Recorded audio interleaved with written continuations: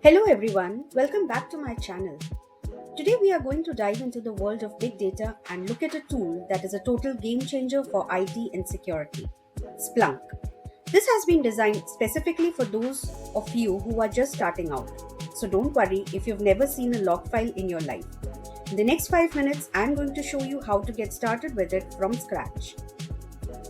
Ever wondered how companies monitor logs, detect issues, or track security threats in real time?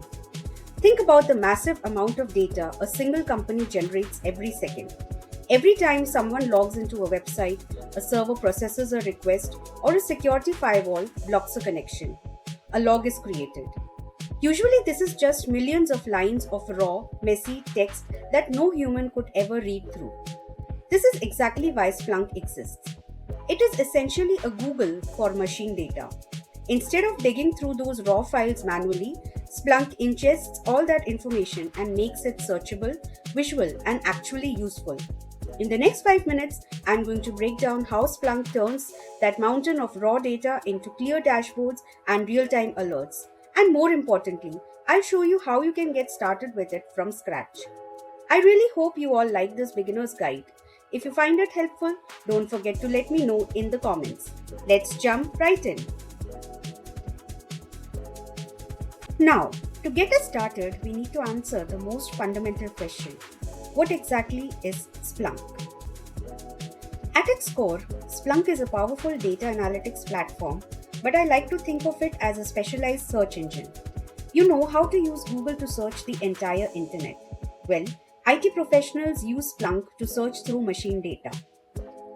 Every second, your servers, apps, and websites are talking. They create logs that record every single action. Usually, this is just a mountain of raw, messy text files. Instead of you having to manually dig through those files to find a needle in a haystack, Splunk pulls it all into one place. It helps you do three main things. Search data instantly. You can type in a query and find a specific error or event across thousands of servers in seconds. Create dashboards. It takes those boring text logs and turns them into beautiful, easy to read charts and graphs so you can see exactly how your business is performing. Detect issues quickly. It's like a security guard that never sleeps. It monitors your data in real time and alerts you the moment something goes wrong, whether that's a system crash or a security threat. Essentially, it's about taking raw data and turning it into answers. To really understand why Splunk is a go to tool for tech professionals, let's look at its three superpowers, what we call the key capabilities. First up is instant search. Imagine having millions of lines of logs spread across hundreds of different servers. In the old days, you'd have to log into each one and manually dig through files to find an error. With Splunk, you just type what you're looking for into a search bar, like a keyword or an error code, and it scans your entire massive dataset in seconds. It's a huge time saver. Next is visualization. Raw data is hard to read, but Splunk is excellent at taking that complex information and transforming it into real time dashboards. Instead of looking at text, you get visual reports.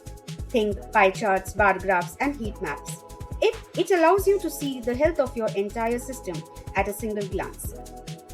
And finally, there's proactive monitoring. This is where Splunk shifts from being just a search tool to being a lookout. It doesn't just wait for you to ask questions. It constantly watches your data to detect system issues, security threats, or performance bottlenecks instantly.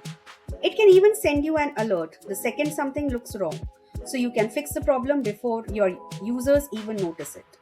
In short, it finds the data, makes it pretty, and keeps a constant eye on it for you. Now, you might be wondering who is actually using this and for what. While Splunk is incredibly versatile, it generally falls into three primary use cases. The first is IT operations. This is all about keeping the lights on. IT teams use Splunk to make sure servers are healthy, apps are running fast, and the network isn't lagging. If a website goes down, Splunk is the first place they go up to find out why and get it back up and running smoothly. Second, and this is a huge one, is security, specifically what we call SIM, Security Information and Event Management. Security analysts use Splunk to act like digital detectives. It helps them identify and respond to cyber threats in real time. By looking for unusual patterns in the data, they can catch a hacker or a virus before any real damage is done. And finally, there's business analytics. This moves beyond just the technical side and looks at the human side. Companies use Splunk to gain insights into customer behavior. For example, they can track which features of an app are the most popular or see where customers are dropping off during a checkout process. It helps businesses make smarter decisions based on actual operational trends rather than just guesswork. So, whether it's fixing a server, stopping a cyber attack, or growing a business, Splunk is the engine behind the scenes making it happen. So, now that we know why we use Splunk, you're probably wondering, what does it actually look like when you open it up?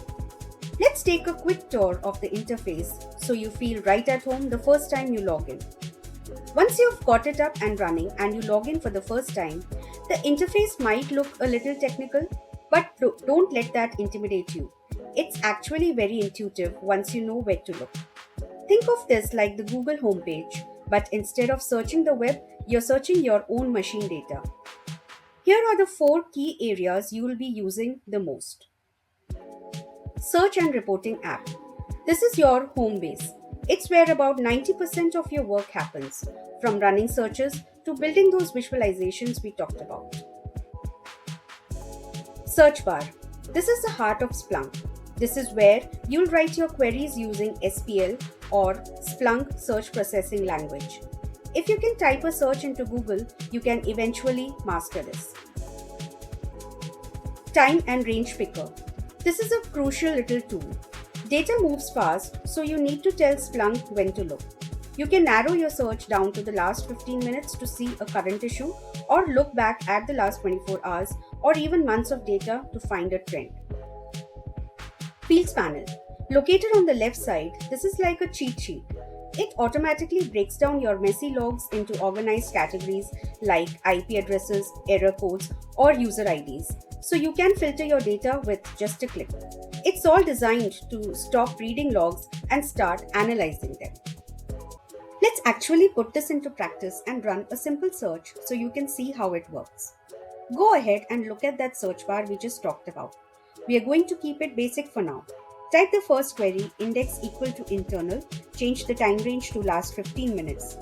And don't let that syntax scare you. In Splunk, an index is basically a bucket where your data is stored. By typing internal, we are telling Splunk to look at its own internal logs. It's the perfect way to practice because this data is always there. Once you hit enter, you'll see those messy logs transform into a list of events. You've officially run your first search. You aren't just looking at a text file anymore. You're actively querying a live database.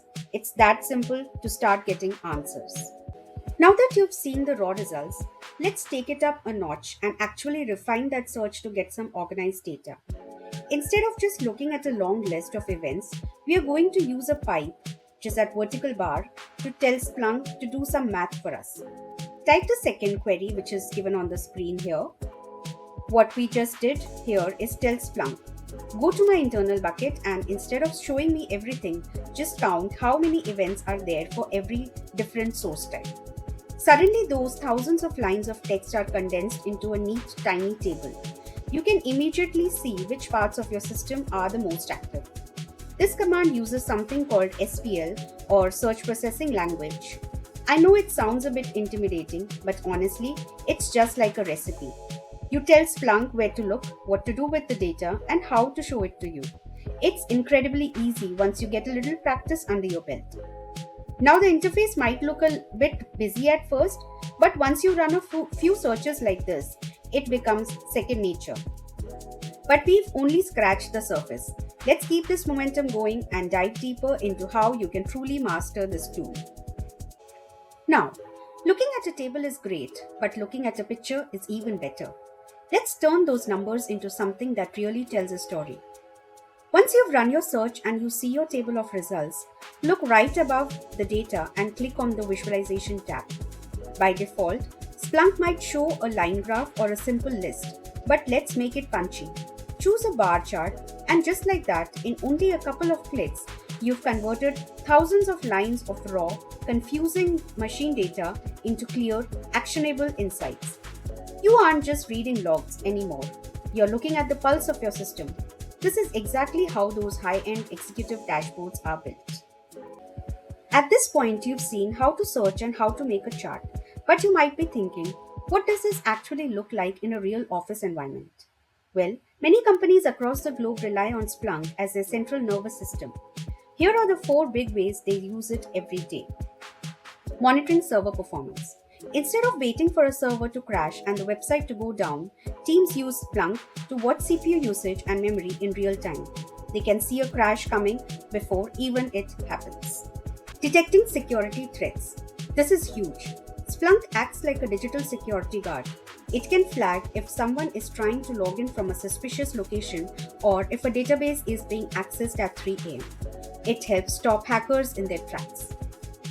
Analyzing application errors. If customers are complaining that their Add to Cart button isn't working, developers don't have to guess why.